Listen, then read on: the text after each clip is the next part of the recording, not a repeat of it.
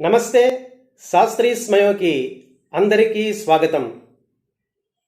OG cinema release అయిన సందర్భంగా Pawan Kalyan fans అందరికీ శాస్త్రీ స్మయో తరపున శుభాకాంక్షలు. పవన్ కళ్యాణ్ ఓజీ సినిమాలోనే కాదు, పంచాయతీ రాజ్ శాఖ మంత్రిగా కూడా ఒక హీరోనే.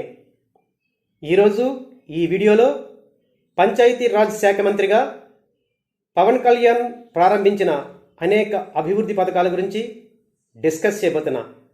ఈ వీడియోని చివరి వరకు స్కిప్ చేయకుండా చూసి నచ్చినట్లయితే లైక్ చేయండి, షేర్ చేయండి. అలాగే నా ఛానల్ని ఇంకా సబ్స్క్రైబ్ చేసుకోకపోతే వెంటనే సబ్స్క్రైబ్ చేసుకుని సపోర్ట్ చేయండి. బెల్ ఐకాన్ని తప్పనిసరిగా క్లిక్ చేయండి. చిరంజీవి ఫ్యామిలీ నుంచి వచ్చిన పవన్ కళ్యాణ్ చిరంజీవి ఇమేజ్ని దాటి తెలుగు రాష్ట్రాల్లో ఒక హీరోగా ఎస్టాబ్లిష్ అయ్యారు. తర్వాత కాలంలో పవన్ కళ్యాణ్ జనసేన పార్టీని స్థాపించడం జరిగింది.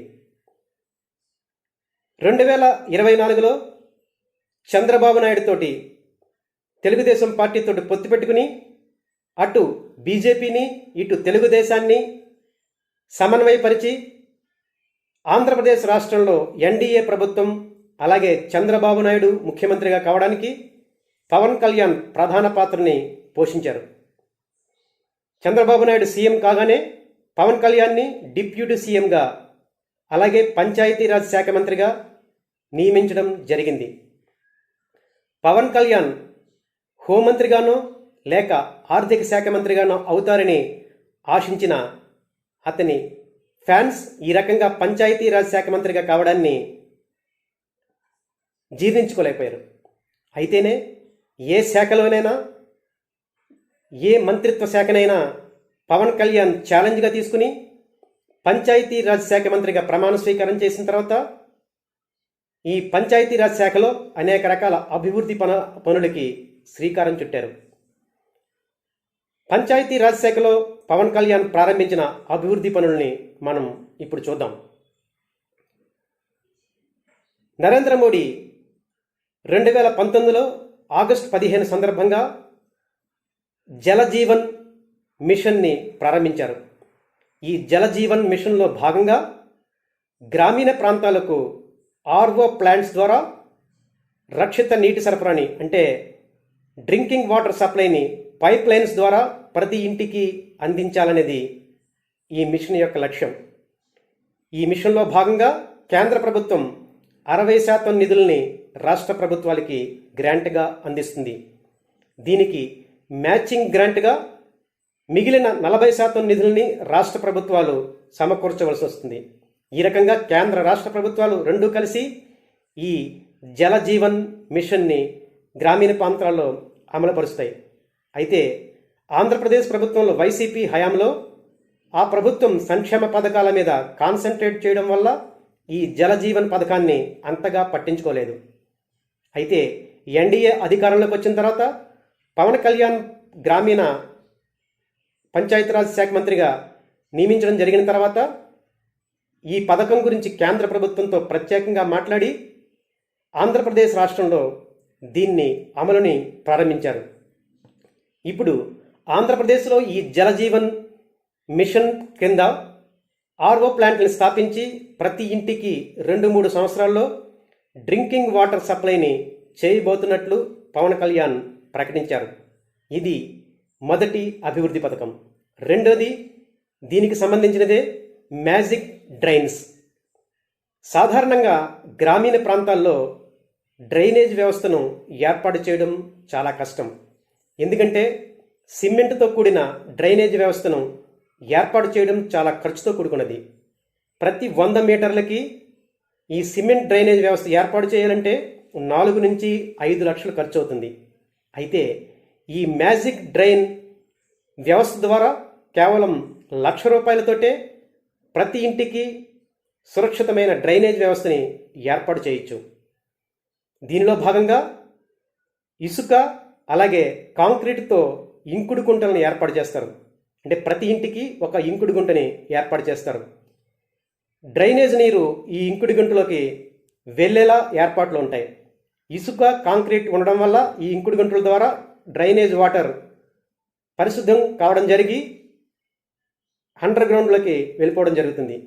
ఈ మ్యాజిక్ డ్రైన్ వ్యవస్థ ద్వారా 2 ప్రయోజనాలు ఉంటాయి. ఒకటి, సమర్థవంతంగా తక్కువ ఖర్చుతో డ్రైనేజ్ వ్యవస్థను ఏర్పాటు చేయడం. 2, భూగర్భ జలాలను పెంపొందించడం. రాబోయే 3-4 సంవత్సరాల్లో అన్ని పంచాయతీల్లోనూ ఈ మ్యాజిక్ డ్రైన్ వ్యవస్థని ఏర్పాటు చేయబోతున్నట్లు పవన్ కళ్యాణ్ ప్రకటించారు. పైలట్ ప్రాజెక్టులో భాగంగా ఎన్టీఆర్ జిల్లాలో ఈ మ్యాజిక్ డ్రైన్ వ్యవస్థని ఏర్పాటు చేశారు. ఇక్కడ 100% ఈ వ్యవస్థ సక్సెస్ అయినట్లు వార్తలు వస్తున్నాయి. ఈ రకంగా ఈ మ్యాజిక్ డ్రైన్ని అలాగే జలజీవన్ మిషన్ని గ్రామ పంచాయతీల్లో ఏర్పాటు చేయడం ద్వారా ఒక గేమ్ చేంజర్గా ఈ పథకాలు ఇప్పుడు మారబోతున్నాయి. ఇక 3వ పథకం అడవి తల్లి బాట.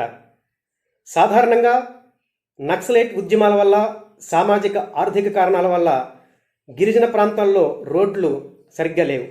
ఇప్పుడు అడవి తల్లి బాట ద్వారా పవన్ కళ్యాణ్ కేంద్రంలోని గిరిజనాభివృద్ధి శాఖతో మాట్లాడి ఈ పథకం కింద రాబోయే 3-4 సంవత్సరాల్లో అన్ని గిరిజన ప్రాంతాల్లోనూ సరైన రోడ్లని, మౌలిక సదుపాయాలని ఏర్పాటు చేయబోతున్నట్లు పవన్ కళ్యాణ్ ప్రకటించారు. ఇక 4వది, ఆగస్టు 15 రిపబ్లిక్ డే సందర్భంగా గ్రామ పంచాయతీల్లో స్వతంత్ర దినోత్సవ రిపబ్లిక్ వేడుకల్ని జరుపుకోవడానికి ప్రత్యేక గ్రాంట్లని పవన్ కళ్యాణ్ శాంక్షన్ చేయడం జరిగింది. ఇదివరకట్లో ఈ ఫంక్షన్స్ చేసుకోవడానికి కేవలం 100-200 రూపాయలే ఇచ్చేవారు. అయితే ఇప్పుడు పవన్ కళ్యాణ్ చిన్న గ్రామ పంచాయతీలకి 10,000, అలాగే పెద్ద గ్రామ పంచాయతీలకి 25,000ని రిపబ్లిక్ డే ఆగస్టు 15 జరుపుకోవడానికి శాంక్షన్ చేశారు. ఈ రకంగా గత స్వతంత్ర దినోత్సవ వేడుకల్లో అన్ని గ్రామ పంచాయతీల్లో ఘనంగా స్వతంత్ర దినోత్సవ వేడుకల్ని ఈ ఫండ్స్ తోటి జరుపుకోవడం జరిగింది.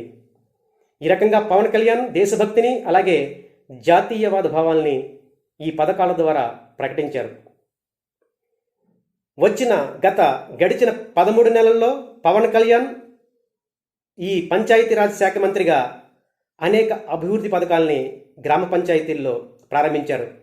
ఇప్పుడు ఆంధ్రప్రదేశ్లోని అనేక గ్రామ పంచాయతీల్లో వైసీపీ నాయకులే పంచాయతీ అధికారులుగా ఉన్నారు.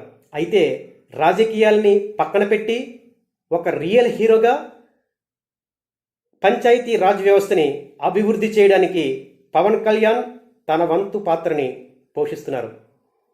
ఈ రకంగా పంచాయతీ రాజ్ శాఖ మంత్రిగా పవన్ కళ్యాణ్ సక్సెస్ కావాలని కోరుకుంటూ all the best Pawan Kalyan. Thank you.